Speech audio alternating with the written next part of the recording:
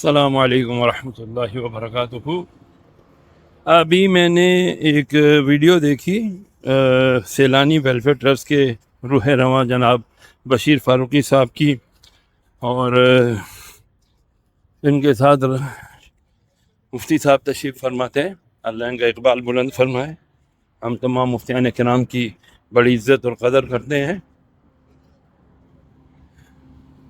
مختلف لوگوں کے مختلف سوالات ہیں کرپٹو کرنسی کو لے کر کے۔ عام مشاہدہ یہی ہے، عام پریکٹس یہی ہے کہ کرپٹو کرنسی جو ہے وہ زیادہ تر ایسے معاملات میں استعمال ہو رہی ہے جہاں پر بہت سارے ناجائز، حرام، سود پر مبنی کام وغیرہ جو ہے نا وہ کرپٹو کرنسی پر ہی ہو رہے ہیں۔ رہی بات دنیا جا رہی ہے تو دنیا تو پتہ نہیں کہاں جا رہی ہے۔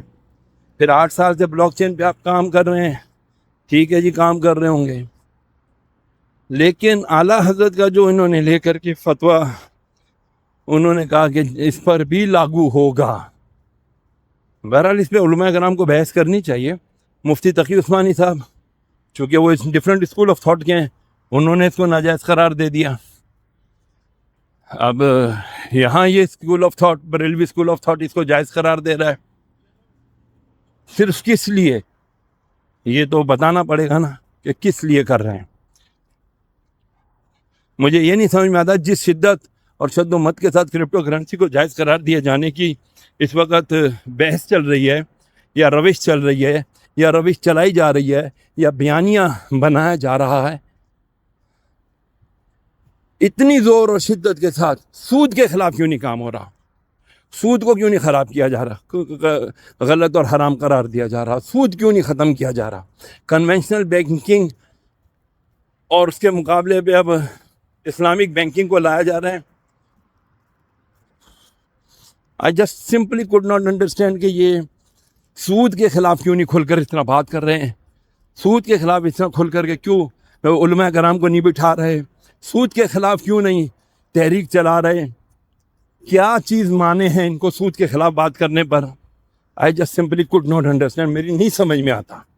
تو میں بحیثیت ایک طالب علم سوال کرنا چاہوں گا تمام علماء کرام سے جو مختلف اسکول آف تھاٹ، مختلف مکتب ہے فکر سے ان کا تعلق ہے، میری التماس ہے کہ جتنی شدت اور شد و مت کے ساتھ آپ لوگ اس کے اوپر ریسرچ کریں، بلاک چین، کرپٹو کرنسی، ٹھیک ہے نا، اتنی ہی شد و مت کے ساتھ خدا کے لیے سود کے خلاف بھی بات کریں۔ اب بشیر فاروق صاحب کہہ رہے ہیں ہم نے نیشنل بینک آف پاکستان کو یا state bank of Pakistan, state bank of Pakistan کو بھجوایا ہے کہ جی ہماری سفارشات دیکھیں۔ اسٹیٹ بینک آف پاکستان کو کیوں بھجوایا ہے؟ وہ تو ہے ہی حرام کا ہیڈ ہے، وہ سود کا ہیڈ ہے، تو آپ کیسے اسٹیٹ بینک آف پاکستان سے یعنی کہ وہ رائے لے رہے ہیں؟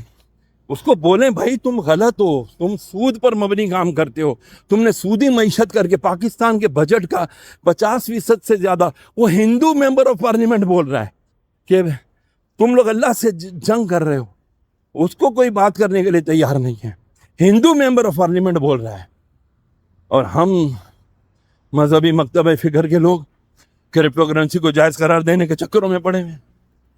میری التماس یہ ہے، میری بات کو کسی خاص تناظر میں نہ لیا جائے، میرا صرف اتنا ہے، آپ کرپٹو کرنسی کے لیے کچھ بولتے رہیں، آپ کی رائے ہم اس کا احترام کرتے ہیں، ایک ہماری رائے ہے، آپ ہماری رائے کا بھی احترام کریں۔